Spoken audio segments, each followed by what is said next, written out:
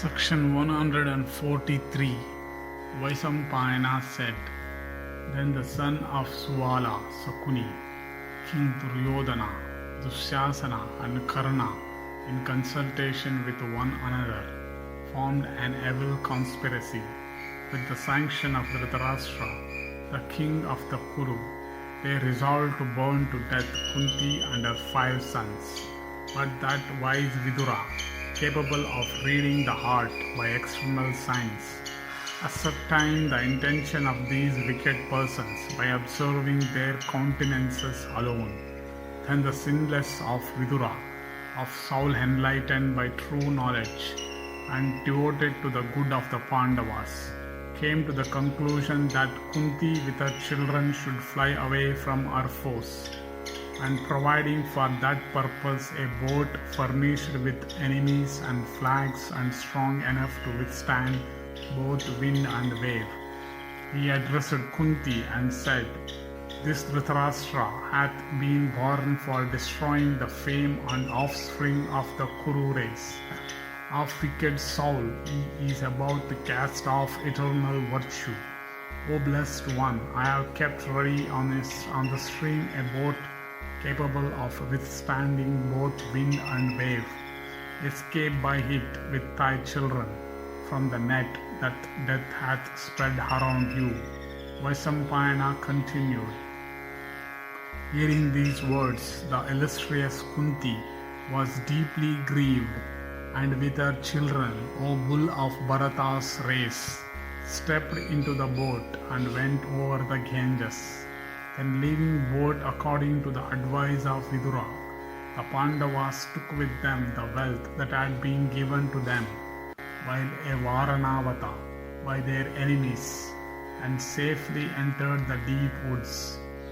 In the house of lac, however, that had been prepared for the destruction of the Pandavas, an innocent Nishada woman who had come there for some purpose was with her children burned to death.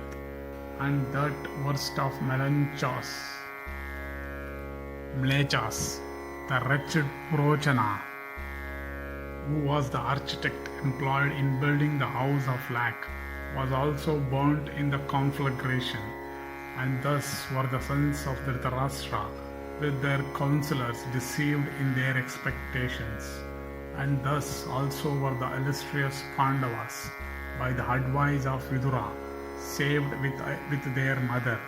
But the people of Varanavata knew not of their safety, and the citizens of Varanavata, seeing the house of lac consumed, and believing the Pandavas to have been burned to death, became exceedingly sorry, and they sent messengers unto King Dhritarashtra to represent everything that had happened. And they told the monarch, Thy great end hath been achieved. Thou hast at last burnt the Pandavas to death, thy desire fulfilled. Enjoy with thy children, O king of the Kurus, the kingdom.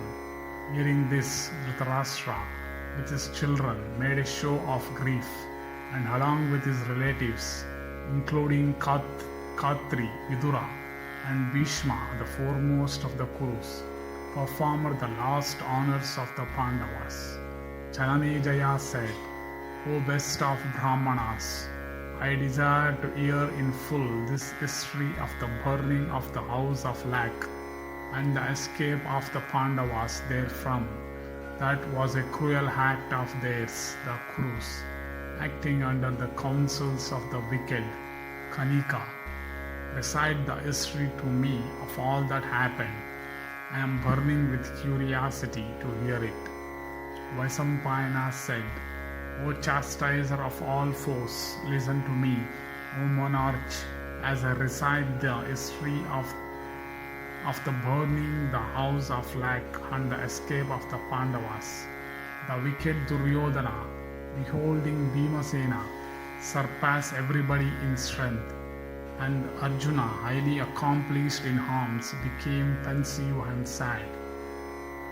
Then Karna, the offspring of the sun, and Sakuni, the son of Suvala, endeavored by various means to compass the death of the Pandavas.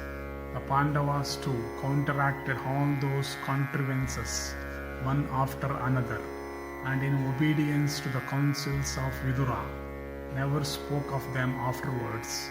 Then the citizens, beholding the son of Pandu possessed of accomplishments, began, O Bharata, to speak of them in all places of public resort, and assembled in courtyards and other places of gathering. They talked of the eldest son of Pandu, Yudhishthira, as possessed of the qualifications for ruling the kingdom.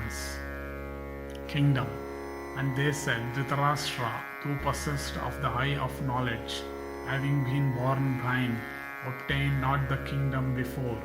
How can he therefore become king now? Then Bhishma, the son of Santanu, of rigid vows and devoted to truth, having formerly relinquished the sovereignty, would never accept it now.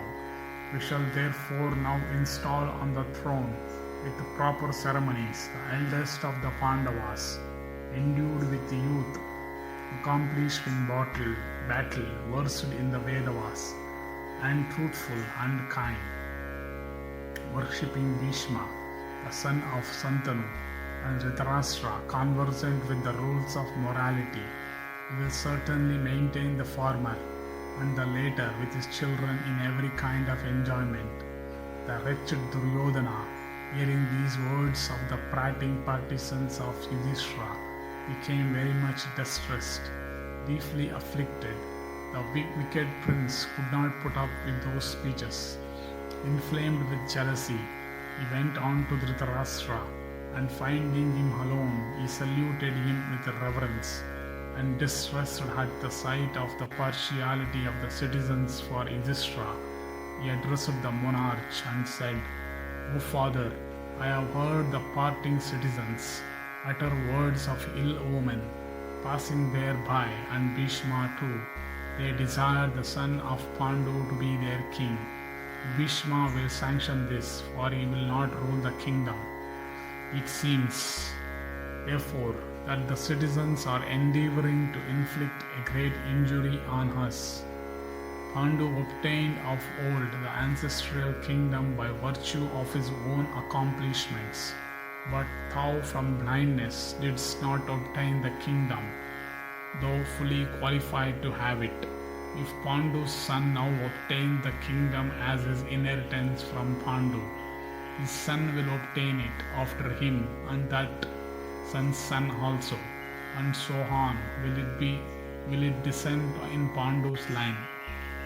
In that case, O king of the world, ourselves with our children, excluded from the royal line, shall certainly be disregarded by all men. Therefore, O monarch, adopt such counsels that we may not suffer perpetual distress, becoming dependent on others for our food. O king, if thou hadst obtained the sovereignty before, we would certainly have succeeded it, however much the people might be unfavorable to us.